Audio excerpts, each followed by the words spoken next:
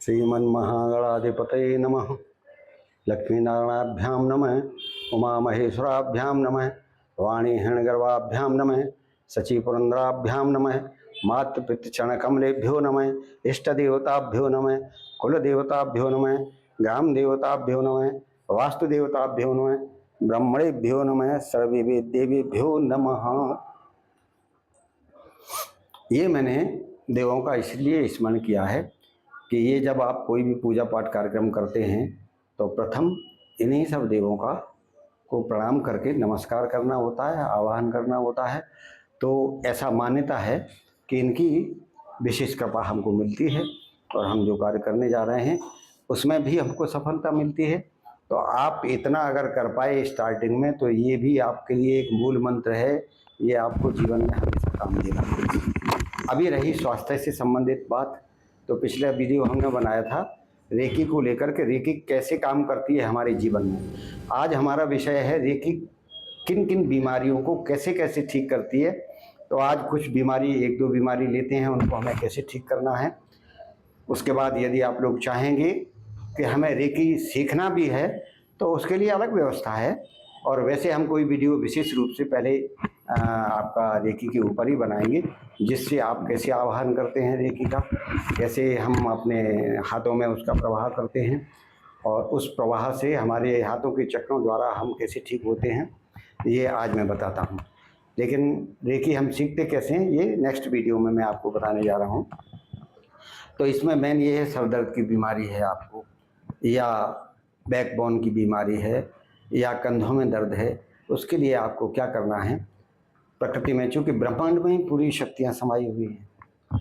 अच्छा, प्राण जो है शक्ति ब्रह्मांड से ही हमें मिलती है, क्योंकि उससे ही वो पूरित है, और हमारा शरीर भी जीवित है वो भी प्राण शक्ति से ही है। तो फिर आपको मैं बता दूं, क्योंकि प्राण शक्ति जब कमज़ोर होती है तो हम बीमारियां हमारे ऊपर आक्रमण कर देती हैं, और इसी प्राण शक्ति को हम मजबूत बना के रखें, दृढ़ बना के रखें और इसको बराबर इसका आवाहन करते रहें, तो हमारा शरीर बैलेंस रहता है और हम वास्तव में जिसको स्वस्थ कहते हैं वो स्वस्थ रहते हैं। तो पहले सर का है, तो अभी जैसे आप आह्वान करते हैं, हे करुणामयी रेकी, या हे ब्रह्मांड की शक्तियाँ, या ब्रह्मांड की पॉजिटिव शक्तियाँ, हम आपको आमंत्रित करते हैं, आपका आह्वान करते हैं, आप हमारे हाथों में प्रवाहित हों, दोनों हाथों में प्रवाहित हों, और हाथों के माध्यम से जहाँ भी ये पीड़ा है वो पीड़ा का निवारण करें। इसके लिए आपको thank you thank you thank you. अच्छा, इसके लिए एक और बात है, आपको चूँकि रेकी के संपर्क में रहना है तो कुछ नियम भी पालन करने होते हैं। पहला तो ये है कि आप जैसे ही दिन में उठें तो पहले ये मन में संकल्प लें कि आज का दिन मैं सभी जीवों के प्रति दया का भाव रखूँगा, आज के दिन में सबके प्रति प्रेम करूँगा और लोग भी मुझे प्रेम करेंगे, आज के दिन में ईमानदारी का व्यवहार करूँगा, मेरे मन में कोई भी ऐसी दुर्भावना नहीं रहेगी जिससे किसी को पीड़ा हो, और आज के दिन में सत्य का भी पालन करूंगा जहाँ तक संभव। अब व्यापारी लोग हैं, उनका तो व्यापार, अगर सत्य बोलेंगे कि हम 10 रुपये का लाए हैं साहब, 10 रुपये का ही देंगे, तो आप कमाएंगे क्या। तो 10 रुपये का है तो आप 15 रुपये बोलेंगे, 12 रुपये, 13 रुपये, जो भी, तो ही कमाएंगे। तो वो एक्चुअली में झूठ नहीं है, वो आपकी आजीविका अर्जन करने के लिए प्रभु के हिसाब से ही जो जितना अपने मार्जिन है उस पर आप ले सकते हैं। लेकिन 10 रुपये की चीज़ें आप 25 मांगेंगे तो वो फलित नहीं होगा, ये भी समझ लो। तो ये 4-5 बातें हैं, वो भी आपको जीवन में पहले सुबह ही स्मरण कर लेना चाहिए और कोशिश करना चाहिए कि उनका पालन करें। फिर भी धीरे धीरे ही हो पाएगा। एक बार आपने सोच लिया तो ये बड़ी बात है, लेकिन कितना कर पाए ये आप शाम को कैलकुलेट करेंगे तो आपको पता लग जाएगा। तो अब हमारा ये पहला प्रश्न ये था कि हमको सर दर्द बहुत है, आपने आह्वान किया, उनका दोनों हाथों में प्रवाहित हुई, वही दोनों हाथ थोड़ा सा आपने ऐसा रगड़ा और महसूस करेंगे कुछ गर्माहट आ रही है। गर्माहट जैसे ही आई तो आप महसूस करेंगे, ये देखेंगे दोनों उंगली ऐसे करेंगे तो इनका रिपल्सन होता है। जैसे नेगेटिव पॉजिटिव प्लस और माइनस पॉइंट मिलते हैं तो आकर्षण होता है, और प्लस प्लस रहते हैं तो विकर्षण होता है। तो ये आप महसूस करेंगे और थोड़ा थोड़ा लगेगा जैसे कुछ वजन आ रहा है। तो जैसे ही वो हाथों पे आया तो जहाँ सर दर्द है वहाँ पहले आप ऐसे रख देंगे,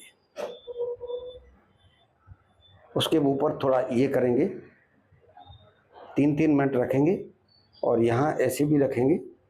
ये 3-3 मिनट ऐसे हाथ रखना है और इस पे सिंबल्स भी रहते हैं, मेन 3 सिंबल्स रहते हैं जो रेकी के प्रारंभ में जो प्रयुक्त होते थे। अभी तो एडिशनल और भी सिंबल्स हैं, वो ठीक है, लेकिन मेन सिंबल यही है, इन पे ही पूरी रेकी चलती है। एक होंसा जेसुनेन, सेही की से और चोकुरे, ये 3 जो है सिंबल हैं जो ड्रॉ करने होते हैं। तो आप जैसे हाथ लगा के जहाँ जहाँ रखा आपने ड्रॉ किया और आपको लगेगा कि हमारे सर दर्द में आराम होता चला जा रहा है। यही उस प्रभु का चमत्कार है, यही उसकी शक्ति का परिचय है। यही आप मेडिसिन करने के बाद, बहुत पूजा पाठ करते हैं, उसके बाद भी आपको लगता नहीं कैसी क्या ईश्वर अनुभूति नहीं होती है, तो 2 ही तरीके, या तो आप योगा करते हैं, योगा के लिए सुबह 4 बजे उठिए और लंबी लंबी सांसें खींचिए, आज्ञा चक्र में अपना ध्यान चेतना शक्ति महसूस कीजिए, ध्यान केंद्रित कीजिए। उसके बाद विजुअल कीजिए कि मुझे क्या प्रॉब्लम है, उसको दूर करना है। तो एक अभ्यास है, ये अलग से किसी वीडियो बना के आपको ये पूरा बता पाएंगे, लेकिन आपका इंटरेस्ट किस चीज़ में है वो अगर आप कमेंट करेंगे तो हमको पता लगेगा, तो उस हिसाब से उसी सब्जेक्ट पे हम रिसर्च करेंगे और जितना संभव है, जो संभव है प्रैक्टिकली, वही हम आपको बताएंगे। केवल खाली ये उपदेश के मतलब से नहीं है, न खाली किताब पढ़ लिया उसके मतलब से, ये जो मैं महसूस किया है वही बता रहा हूँ। अब इसमें विशेष रूप से ये भी एक दूरस्थ रेकी होती है। दूरस्थ रेकी में क्या है कि हम लोग उसका जो है विजुअल करते हैं, कौन व्यक्ति है, कहाँ पीड़ा है, ऐसा दिमाग में हम अपने आज्ञा चक्र में स्थापित करते हैं। फिर उस पर हम सिंबल ड्रॉ करते हैं, या कभी उसी अंग को हम ये मान के ये उसका ही अंग है, हम अपने अंग पे हाथ रखते हैं, इसका भी लाभ उसको मिलता है। लेकिन ऐसा जल्दी, थोड़ा सा टाइम भी लगता है इसमें, लेकिन फिजिकली आपने प्रयोग किया, मैंने ऐसा महसूस किया है कि आपने फिजिकली प्रयोग किया, आपको यहाँ है, आपको रेकी आती है तो आप खुद करिए, या दूसरा किसी को कोई प्रॉब्लम है, तकलीफ है, तो आपको ये भी करना पड़ेगा। मंत्र ड्रॉ करने के साथ साथ ये स्पर्श किया, यहाँ भी तकलीफ है, तो बहुत ही जल्दी थोड़े से समय में उसको रिलीफ मिलना शुरू हो जाता है।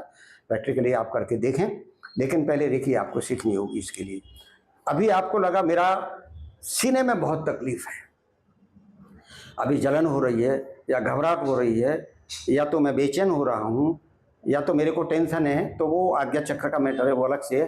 तो आपने फिर आवाहन किया, हे करुणामयी रेकी, मैं आपका आवाहन करता हूँ, आप मेरे दोनों हाथों में प्रवाहित हों। फिर दोनों हाथों को ऐसे रगड़ें, फिर महसूस करें, तो आपको अपने आप एहसास होने लगा, झुनझुनी सी आने लगेगी, कुछ भारी भारी सा लगने लगेगा। तो वही दोनों हाथ धीरे से आँख बंद करके जहाँ तकलीफ है वहाँ रख दीजिए। आप धीरे रखे रहिए। अगर आपको सिंबल ड्रॉ करना आते हैं तो सो फार सो बेटर, बहुत फास्ट क्रिया है वो। लेकिन नहीं आते हैं तो आप आँख बंद करके प्रभु की जो भी आपको, जो आपका इष्ट है, उसका स्मरण करते हुए विजुअलाइज करें कि उनके हाथ से आप किरणें, जो रेज हैं, वो प्रभावित हो रही हैं और आपके हाथों में आ रही हैं। आपके हाथ जहाँ लगे हुए हैं वो जगह क्योर होती जा रही है, और ऐसा होगा, ये प्रैक्टिकली है। तो आप महसूस करेंगे धीरे धीरे जो आपकी घबराहट थी वो कम हो रही है, जलन थी वो कम हो रही है, तो धीरे धीरे आपको आराम मिलता जाएगा। ये मैं बिल्कुल प्रैक्टिकली कह सकता हूँ, और जो मैंने महसूस किया है, जो मैंने देखा है, कैसे कौन सा रोग ठीक होता है, उसके बारे में ही मैं आपको एक्सप्लेन करूँगा। तो ये रहा। अच्छा, दूसरी बात ये है, कभी आपने पूरे चेहरे पे लगना, आपको चाहिए कि हमारा चेहरा थोड़ा ग्लोइंग होना चाहिए। ईश्वर ने जो सुंदरता दी है वो तो प्राकृतिक है ही, लेकिन कभी टेंशन में, एंग्जाइटी में, या कोई विशेष प्रॉब्लम आने पे, या धन की हानि होने पे, या धन की कमी होने पे, या आपको खर्चे पूरे नहीं हो रहे हैं, या तो आपको प्रॉब्लम आ रही है बच्चों को पढ़ाने में, तो निश्चित है वो भाव चेहरे पे आपके आ जाते हैं। और उसका फ़र्क ये पड़ता है कि आपके चेहरे की जो रौनक है, जो ग्लोइंग है, वो कम हो जाती है, क्योंकि नेगेटिव पावर आप आमंत्रित कर रहे हैं। क्योंकि आप जो है नेगेटिव बातें ही सोच रहे हैं, मुझे बहुत कमी है। आपने ये नहीं कहा मुझे बहुत प्रचुर मात्रा में धन मिल रहा है, ये पॉजिटिव है। ये नेगेटिव है, हमको धन आ ही नहीं रहा, या मैं स्वस्थ नहीं हूँ, या ये प्रॉब्लम है, इसको मैं क्या करूँ। तो प्रॉब्लम को आपने आमंत्रित कर दिया तो वो आपके जीवन में प्रवेश कर गई। या तो ये सोचें ये प्रॉब्लम क्षणिक है, इसे हम कुछ ही समय में सुलझा लेंगे। हमारा परमेश्वर बड़ा दयालु है, जहाँ पे कृपा राम की हुई ता पे कृपा करे सब। प्रभु अगर आपके साथ है तो आप कोई भी लड़ाई जीत जाएंगे। अर्जुन के साथ अगर कृष्ण नहीं होते तो इतनी सेनाएं 18 अक्षौहिणी सेना होने के बाद भी कौरव जीत नहीं पाए। उसमें दो ही बातें थी, एक तो वो अन्याय कर रहे थे नेगेटिव, दूसरा वो प्रभु का अपमान भी कर रहे थे, उनको समझ भी नहीं पाए, दूसरा, तीसरा अर्जुन उनको समझता भी था, दूसरा वो न्याय की लड़ाई लड़ रहा था। ये भी सही बात है कि अर्जुन तो लड़ना ही नहीं चाहता था, उसका माया मोह इतना प्रबल हो गया कि उसने कहा ये मेरे पितामह हैं, ये मेरे नाना हैं, ये मेरे काका हैं, ये मेरे चाचा हैं, ये मेरे ससुर हैं, या जो भी है मेरे रिलेटिव हैं सभी लोग, इनको मैं अपनी खाली लड़ाई जीतने के लिए, राज्य जीतने के लिए इनको मैं मारूं, ये मैं नहीं कर सकता। तो प्रभु को विराट स्वरूप दिखाना पड़ा कि ये सृष्टि जो है मैं ही उत्पन्न कर रहा हूं और मैं ही इसको संभाल लेता हूं, फिर नए सिरे से उत्पन्न करता हूं। तो उसको ये बात समझ में आई कि मेरा कर्तव्य है, मेरा क्षत्रिय धर्म है, उसे मुझे निर्वाह करना चाहिए। और प्रभु कह रहे हैं, उनकी आज्ञा है तो उनकी आज्ञा का मुझे पालन करना चाहिए, क्योंकि वो कहता है जो मैं कहता हूँ वो आप करते हैं तो आपकी जिम्मेदारी मेरी है, जो आपने किया है उसको संभालना मेरा काम है। लेकिन आप अपनी चतुराई दिखाएंगे, मोह कपट छल छिद्र नभावा। ये जब विभीषण आता है तो सुग्रीव को, हनुमान जी को प्रभु कहते हैं कि नहीं, जो निर्मल मन से मुझे आता है, मेरे करीब आता है, उसे मैं रखे होता है प्राण की नाई, उसे मैं अपने प्राण की जगह पर रखता हूँ। तो ऐसा परमपिता परमेश्वर हमारे ऊपर कितनी कृपा करता है। और यही रेखी उन्हीं परमपिता परमेश्वर की शक्ति है जो हमारे कर्मों के फलस्वरूप हमें पीड़ा मिलती है, सुख दुख भी मिलते हैं। लेकिन ये एक तरह से हमने उसकी कृपा का आह्वान किया तो उसकी कृपा हमारे शरीर में प्रवाहित हुई, क्योंकि हमने साधना की है और वही कृपा हम किसी को देना चाह रहे हैं तो दूसरे को भी उसका लाभ मिलता है। तो ये आपका कर्तव्य है। अगर रेखी कोई आपसे मांगता है तो आपको बिना मना किए उसे देना चाहिए। वो उसका कितना मूल्यांकन करता है, उसकी कितनी श्रद्धा है उसके ऊपर, उसी के हिसाब से उसे आराम भी मिलता है। तो आपका कर्तव्य आप पालन कीजिए, यही गीता का उपदेश है। मनुष्य धर्म का आप पालन करिए और आप अपना कर्म करिए, उसका प्रतिफल क्या है वो मैं देने वाला हूं। आपको कोई राइट नहीं है कि मैंने इतना कर दिया, मेरा इतना हिसाब क्यों नहीं मिला। ये कहते हैं तो आपकी बहुत छोटी सोच है और आपको कुछ मिलने वाला भी नहीं।